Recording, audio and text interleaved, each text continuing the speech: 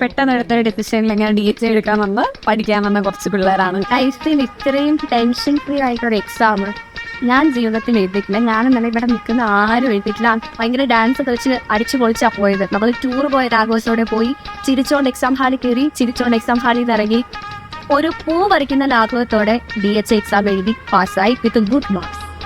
ഭയങ്കര അലപ്പായിരുന്നു. ഇവനൊക്കെ എവിടുന്ന് വരുന്നടാ? ഒരു ഫൺ ഫാക്ടർ ആയിരുന്നു ഞങ്ങളുടെ ഇടയില്. ഞങ്ങൾക്ക് ഇവിടുന്ന് കിട്ടിയ ഒരു നല്ല കൂട്ടായിരുന്നു സിദ്ധാർത്ഥ്. ഞങ്ങൾ ഇത്രയും പേര് ഒന്നിച്ചാ വന്നത്.